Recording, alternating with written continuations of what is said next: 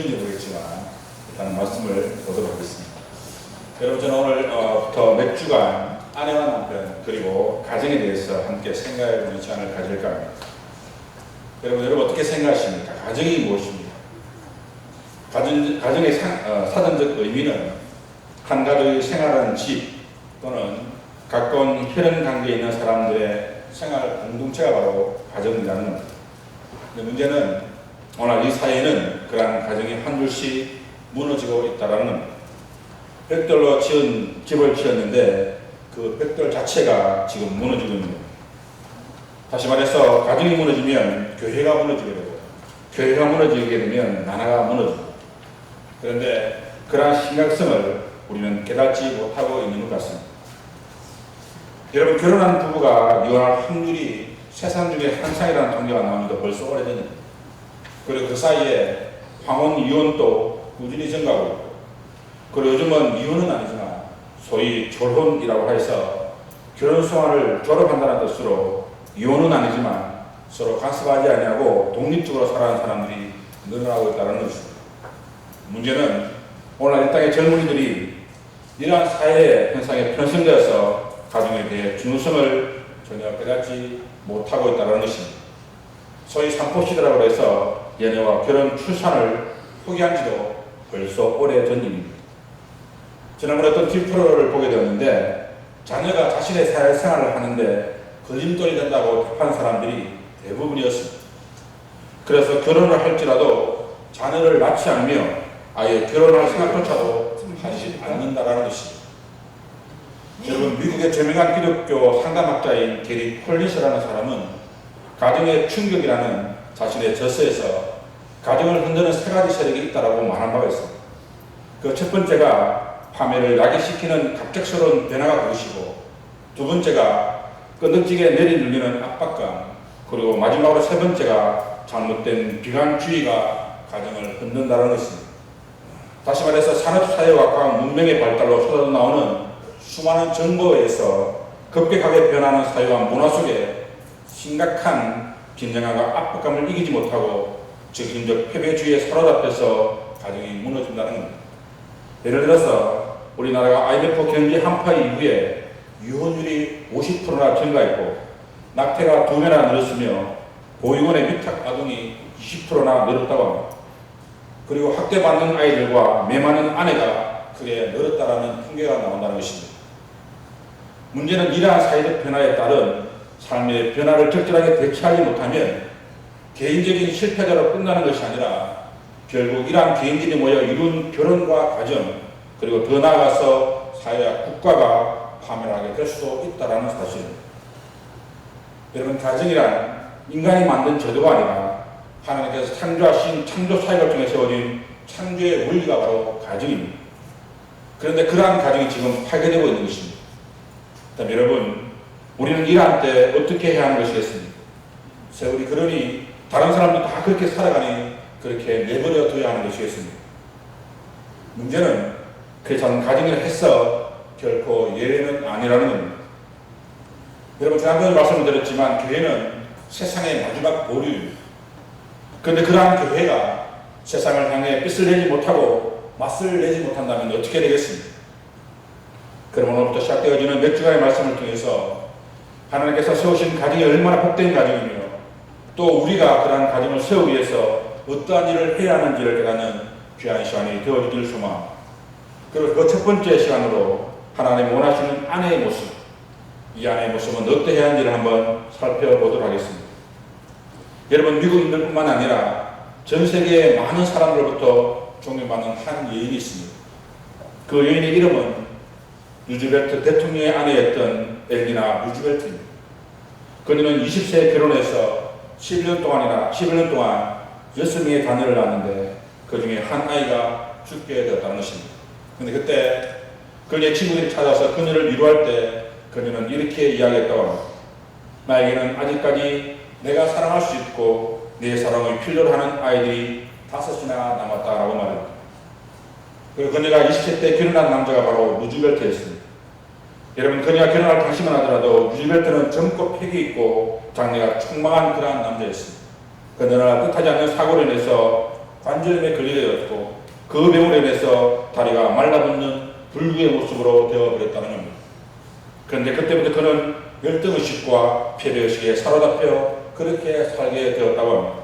그리고는 어느 날 자신의 아내인 엘리나에게 이렇게 물었다고 합니다. 여보, 내가 불효자가 되었는데 그래도 당신은 날 사랑하오. 그자 엘리나는 이렇게 이야기했다고 합니다.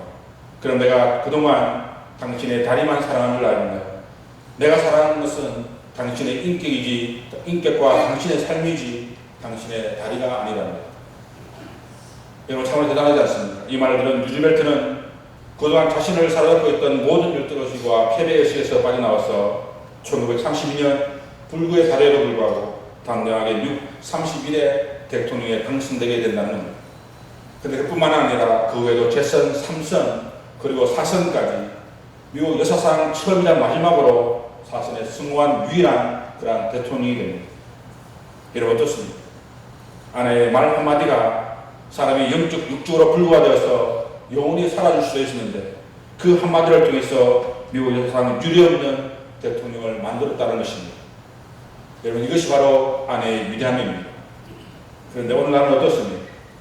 가장 끈끈해야 할 부부관계가 세상에서 가장 약한 관계가 되어가고 있다는 것입니다. 님이라는 글자에 점 하나만 찍으면 남이 되어버리는 정말 이상한 관계가 되어가고 있다는 겁니다. 여러분 정말 부부라는 것이 이렇게 쉽게 무너지고 쉽게 멀어지고 쉽게 끊어지고 쉽게 헤어질 수 있는 그러한 관계이겠습니까? 하나님께서 부부를 원래 그러한 관계로 만드셨는가 하는 것입니다. 그런데 사도 바울의 논지에 의하면 결코 그렇지 않다는 것입니다. 아니 한 걸음 더 나아가 오히려 그 반대라고 이야기하고 있다는 것입니다. 그래서 여러분 하나님께서 창조하신 천지를 창조하셨고 아담과 하와를 부부로 맺어주실 때 부부가 한 몸임을 분명한 여주로 밝혀주셨기 때문에 결코 단순한 관계가 아니고 약한 관계가 아니라는 겁니다. 그래서 사람이 인위적으로 나눌 수 없고 파괴할 수 없는 것이 바로 부부입니다. 그런데 오늘날은 왜 이렇게 이혼이 증가하고 있고 그리고 황혼이혼의 결혼까지 그렇게 등장하게 된 것이겠습니까?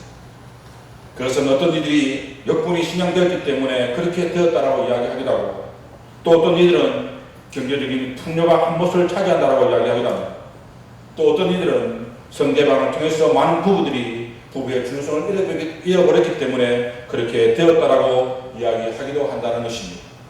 하지만 여러분 정말 중요한 것은 그들이 이처럼 부부가 그리스도와 교회의 관계만큼이나 절대적이고 특수하며 거룩한 관계라는 사실을 깨닫지 못하기 때문에 그렇게 되었다라는 사실입니다.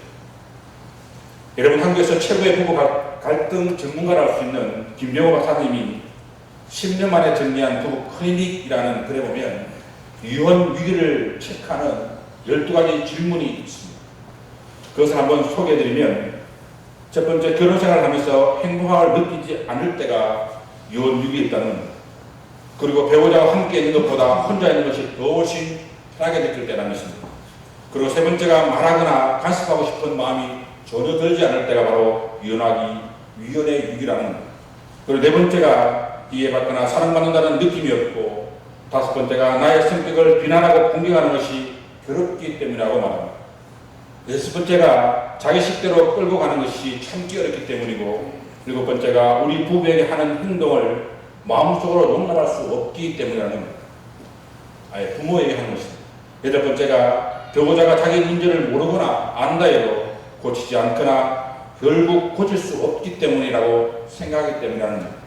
그리고 아홉 번째가 나처럼 억울한 대접을 받고 사는 사람도 덜무기 때문이라고 생각하는 것과 열 번째가 아이들 때문에 할 수 없이 산다는 것이고 그리고 11번째가 성관계를 할 때 존경받거나 사랑받는다는 느낌이 없고 끝으로 12번째는 자기와 관계된 가치에 비해서 나와 관련된 가치를 너무 무시하는 느낌이 들기 때문에 이혼할 위기에 처해 있다는 사실입니다. 여러분 어떻게 생각하십니까? 여러분들의 관계를 한번 체크해 보시기를 바랍니다. 이혼 위기에 있는 부부들에 나타나는 이러한 현상, 여러분 분명히 사랑했고 그래서 헤어지기 싫어서 함께 있고 싶어서 결혼이라는 것을 했는데 그런데 이러한 생각이 든다는 것이 너무나 심각한 문제가 아닐 수 없다고 생각되어집니다.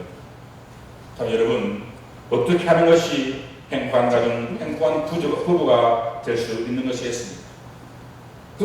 어떤 아내가 남편이 미울 때마다 나무에 못을 하나씩 박았다고 합니다.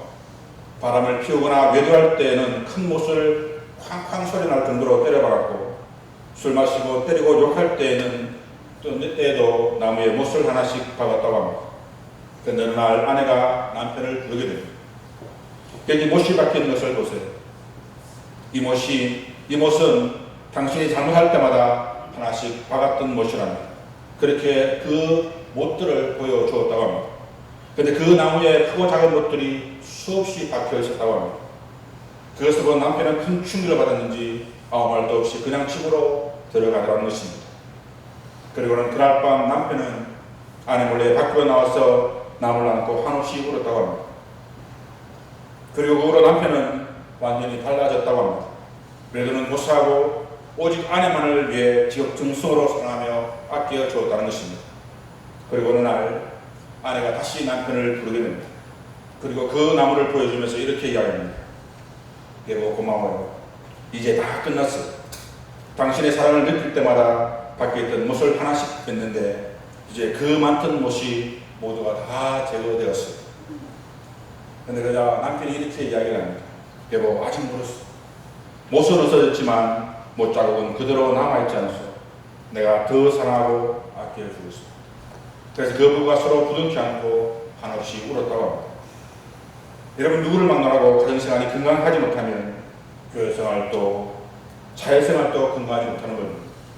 그래서 건강한 영적 생활이 건강한 가정생활의 기초가 된다는 그런 말이 있습니다.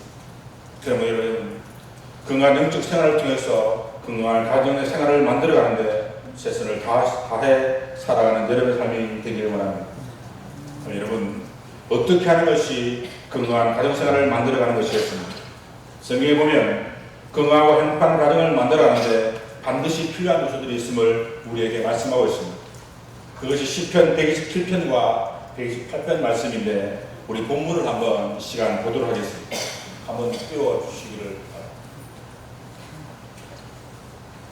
네, 우리 한번 본문을 따라서 한 절씩 교독하도록 하겠습니다. 여호와께서 집을 세우지 아니하시면 세우는 자의 수고가 헛되며 여호와께서 성을 지키지 아니하시면 파수꾼의 깨어있음이 헛되도다.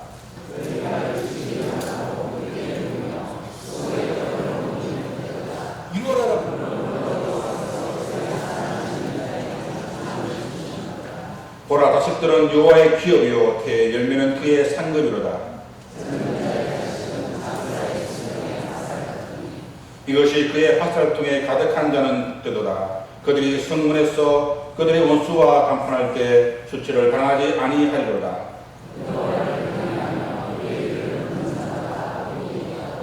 내가 내 손이 수고한 대로 먹을 것이라. 내가 복되고 형통하리로다.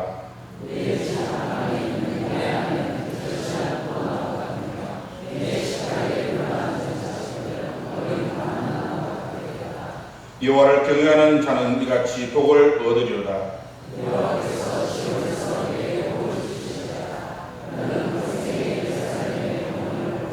함께 하겠습니다. 네 자식의 자식을 볼지어다. 이스라엘에게 평강이 있을지어다. 아멘. 여러분 어떻습니까? 이 말씀을 몇 가지로 요약하면 다음과 같습니다. 첫째가 신앙을 가진 가정이 바로 행복한 가정이라는 겁니다. 그리고 두 번째가 가족들 간에 감사하는 마음이나 감사하는 말을 자주 많이 사용해야 한다는 것입니다. 왜냐하면 서로 불평하고 불만만 토로해서는 결코 행복한 가정이 될 수가 없기 때문입니다. 그리고 세 번째가 가족들이 함께하는 시간을 많이 가져야 하며 가족들이 서로 많은 대화를 해야 한다는 것입니다. 그리고 네 번째가 가정이 어려움을 me울 때 그것을 희망적으로 긍정적으로 해석하고 처리하는 가정이 행복한 가정이라고 말하고 있는 것입니다. 그래서 여러분 이러한 가정이 행복하고 건강한 가정이 될 수 있는 겁니다. 그다음에 여러분들은 이러한 가정을 만들기 위해서 가장 먼저 해야 할 사람들이 누구라고 생각하십니까? 그것이 바로 부부입니다. 왜냐하면 거기서부터 가정이 시작되기 때문입니다. 그다음에 여러분 오늘 말씀에서는 부부 중에서도 먼저 아내에 대하여 말씀하고 있는데 그 말씀이 어떻게 시작되고 있습니까? 아내들이여 자기 남편에게 복종하기를 주께 타듯하라고 말합니다. 여러분 어떻습니까? 혹 아내 되시는 분들은 이 말씀을 들을 때 어떤 느낌이 드십니까? 정말 복종해야 되겠다라는 생각이 드십니까? 아니면 왜 저런 말씀을 하시지? 요즘 시대가 어떤 시대인데 어떻게 저렇게 하며 살아갈 수 있겠어? 라고 그렇게 생각하고 있지는 않습니다. 그럼 남편 되시는 분들에게 묻고 싶습니다. 여러분들은 이 말씀을 들으면 어떤 생각이 드십니까? 역시 아내는 남편에게 복종하는 것이 성경적이야, 이런 생각이 드십니다. 그래서 본인을 내세워야 할 것처럼 그렇게 느껴지시냐는 것입니다.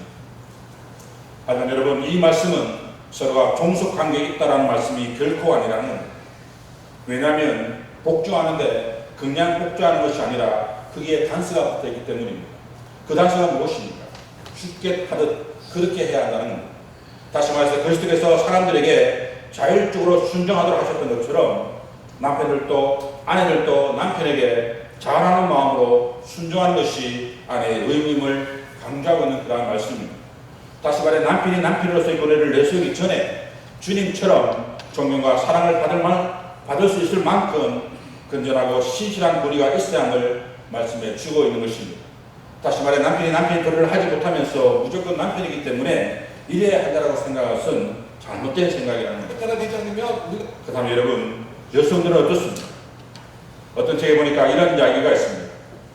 어떤 탈옥수가 대낮에 탈옥을 했다가 그날 밤에 자수를 했다고 합니다. 그래서 기자들이 하도 신기해서 이렇게 할 거면 뭘 하러 탈옥을 했냐고 그렇게 물었더니 탈옥수가 한다는 말이 아내를 보려고 방문을 살림없이 여는 순간에 아내가 다짜고짜 당신이 탈옥한 것이 8시간 전인데 도대체 그동안 못하고 지금 하냐고 그렇게 바가지부터 걸더라고요. 그래서 차라리 집에 있는 것보다 감옥에 있는 것이 더 낫다 생각해서 자수를 하게 되었다고 말했다고 합니다. 물론 대놓고 무조건 바가지만 꺾이냐고 다 이유가 있어서 그렇게 한다고 말씀하겠지만 그만큼 아내들의 잔소리가 많다는 것을 의미하는 이야기이기도 합니다. 그래서 지금 시간 여러분 바가지부터 끓는 그런 생각보다는 왜 하나님께서 우리에게 이런 말씀으로 이렇게 말씀하는지를 한번 곰곰이 생각해 보자는 겁니다. 왜냐하면 이런 말씀이 이것에만 있는 것이 아니라 그래서 3장 18절 말씀에서도 아내들아 남편에게 복종하라 이는 주 안에서 마땅하니라고 말씀하셨고 베드로전서 3장 1절 말씀에서도 아내들아 이와 같이 자기 남편에게 순종하라고 그렇게 말씀하셨기 때문입니다. 그리고 고린도전서 11장 3절에서도 각 사람의 머리는 그리스도요 여자의 머리는 남자요 그리스도의 머리는 하나님이시라고 말씀하고 계시기 때문입니다. 그러면 왜 하나님께서 먼저 아내에게 이렇게 복종하라고 말씀을 하셨을까요? 그래서 오늘 말씀을 보게 되니 남편이 아내의 머리 되기 때문에 그렇게 하라고 말씀하고 계시다는 것입니다. 이 3절 말씀을 보니 이는 남편이 아내의 머리 되니 그리스도께서 교회의 머리 됨과 같음이니 그가 바로 몸의 구주시라고 말합니다. 여러분 남편이 아내의 머리 됨이 그리스도께서 교회의 머리 됨과 같으니 그렇게 복종하라는 것입니다. 하여튼 여러분 여기서 우리가 명심할 것은 성경에서 이렇게 말씀하셨다고 해서 그럼 어쩔 수 없이 복종해야겠네 이렇게 생각해서는 결코 안 된다는 겁니다. 왜냐하면 그러한 자세는 체념하는 자세이지 순종하는 자세가 아니기 때문에 남편도 아내도 결국 무기력하게 되어서 불행한 부부관계가 될 수밖에 없기 때문입니다. 또한 그보다 적극적으로 복종하겠다 이렇게 생각하는 것도 마찬가지입니다. 왜냐하면 그 또한 분풀이가 아니면 자기 포기 상태가 되기 때문에 불행한 결과를 초래할 뿐이라는. 그럼 여러분 우리는 성경의 가르친 대로 자원하는 마음으로 순종하듯이 그렇게 순종할 때 남편도 아내도 하나님 뜻 안에서 행복한 가정을 만들어갈 수 있는 것입니다. 그럼 여러분 남편이 아내의 머리 된다는 말이 무엇을 의미하는 말씀이겠습니까? 여기서 말하는 머리는 헬라어로 지도자 또는 통치자를 의미하는 그런 단어입니다. 다시 말해서 지도자 또는 통치자이기 때문에 무조건 복종해야 한다라는 말씀이 아니라 그 사람의 직위나 위치를 인정해 줘야 한다는 그런 말씀입니다. 다시 말해서 그리스도가 교회를 다스리고 인도하듯이 남편은 아내에게 권위를 가지고 다스림의 원리가 있음을 인정해야 한다는 말입니다. 여러분 이것이 아내에게 있어서 매우 중요한 책임 중에 하나입니다. 왜냐하면 그렇게 할 때 남편의 자아 존중감이 세워지기 때문입니다. 물론 남편의 자아 존중감이 뭐 그리 중요하냐고 그렇게 이야기할 수도 있겠지만 지혜로운 아내라면 그것이 무엇보다 중요하다는 사실을 알 수 있다는 사실입니다. 여러분 제가 말씀을 준비하는 인터넷을 보니까 이럴 때 남편이 울고 싶다라는 글이 있었습니다. 좀 소개해드리면, 첫째가 남편이 퇴근하고 들어올 때 아내들이 어디 수다니냐고, 이제와 여기가 하숙집이냐고 나가라고 그렇게 큰 소리치며 길게 뛸 때 아내 때문에 울고 싶다고 말합니다. 그 두 번째가 자식들에게 너 나중에 아빠 같은 사람 만나면 시세 맞춘다. 저한테 자기를 따라다니는 남자와 결혼했다면 호감에 사라질 텐데 라고 그렇게 비유할 때가 울고 싶다라고 말합니다. 세 번째가 우리 친정에서 도와주지 않았다면 지금쯤 길거리에 나앉았을 텐데 이렇게 이야기할 때가 울고 싶다고 말합니다. 네 번째가 남편 말을 들었기 전에도 들어보기도 전에 그래 너 잘났어 정말 잘났어 이렇게 막 쏘아붙일 때가 울고 싶다는 것입니다. 다섯 번째가 돈도 못 버는 주제에 이렇게 이야기할 때가 울고 싶습니다. 여섯 번째가 단둘이 있을 때는 멀쩡한데 시댁 식구나 친정 식구만 만나면 남편 푼담에 정신이 팔려있을 때가 울고 싶다라고 말합니다. 이 외에도 참으로 많았습니다. 저는 인터넷에서 이거를 보면서 남편들이 참으로 불쌍하다는 생각이 들 정도였습니다. 물론 모든 부부가 이렇지는 않겠지만 여러분, 남편은 남편의 권위에 순종할 때 가장 행복감을 느낀다고 합니다. 그러므로 남편의 권위를 존중하는 여러분의 삶이 되어지기를 원합니다. 그리고 그렇게 할 때 그 가정이 행복한 가정이 되는 것입니다. 왜냐하면 그 말씀을 뒷받침하는 아주 중요한 말씀이 그 다음에 나오기 때문입니다. 그 다음 말씀을 보게 되면 그가 바로 몸의 구주시기 때문이라는 겁니다. 그래서 여러분, 그가 바로 몸의 구주시기 때문에 우리가 복종해야 한다는 것입니다. 하지만 여러분, 이 말씀은 일반적인 순종을 뜻하는 것이 아니라 그리스도께서 교회하신 것처럼 그렇게 할 때 이 모든 것이 가능하다는 사실을 우리는 기억해야 한다는 것입니다. 그리고 이 4절에 남편에게 복종하라는 말씀도 원문을 살펴보면 질서를 나타낼 때 사용되는 그러한 단어입니다. 다시 말해 남편에 대한 아내의 순종은 여자의 열등함에 인하여서 종숙의 그러한 의미가 아니라 하나님의 창조 질서에 순응하는 그러한 의미에서의 복종을 말하는 것입니다. 그러므로 하나님의 창조 질서를 위해서 서로 순응하는 그러한 우리의 삶이 되어야 한다는 말입니다. 그럼 여러분, 과연 좋은 아내, 지혜로운 아내가 어떤 아내를 가리키는 것이겠습니까? 제가 이야기를 하나 더 해드리면, 어떤 공처가 많은 회사에서 사장이 어느 날 갑자기 회사 직원들에게 얼마나 공차가 많은지를 시험하기 위해서 점심시간에 사원들을 불러놓고 이렇게 이야기했다고 합니다. 여러분 가운데 아내에게 큰 소리를 칠 수 있으면 오른쪽 문으로 나가고, 그렇게 큰 소리를 치지 못하는 사람들은 왼쪽 문으로 나가고 그렇게 이야기를 했다고 합니다. 근데 대부분 사원들이 다 왼쪽 문으로 나갔는데 한 사람만 오른쪽 문으로 나갔다고 합니다. 그래서 사장이 하도 신기해서 그 사람을 불러놓고 이렇게 물어봤다고 합니다. 왜 그렇게 했냐고 그렇게 물어보니 그 사원이 이렇게 대답을 했다고 합니다. 오늘 아침에 아내가 그랬는데 사람 많은데 가지 마라고 그렇게 이야기해서 반대로 여러분, 누가 더 공처하겠습니까? 또한 술에 골아 떨어져 남편이 한밤중에 일어나서 화장실 문을 열었는데 신기하게도 화장실 불이 저절로 들어오더라고요. 그리고 볼일을 다 보고 문을 닫았는데 불이 자동적으로 꺼지더라고요. 그래서 너무나 신기해서 남편이 잠자리에 돌아와서 아내에게 당신은 참으로 대단한 아내라고, 어떻게 술 취한 남편을 위해서 그렇게까지 생각하느냐고 그렇게 물었더니 아내가 하는 말이, 당신 또 냉장고 가서 소변을 갔거든요.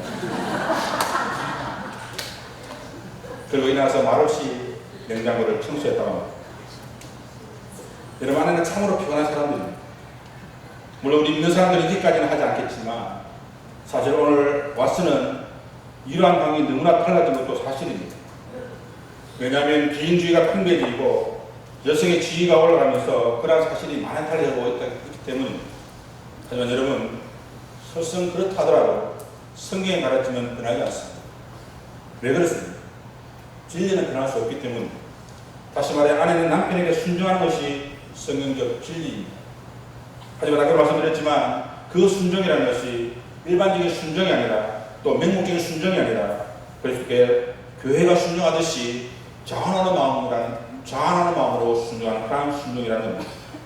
그리고 그리스도께서 교회하듯이 남편 또한 순종하는 아내를 위해서 그러한 헌신과 사랑이 있어야 한다는 것입니다.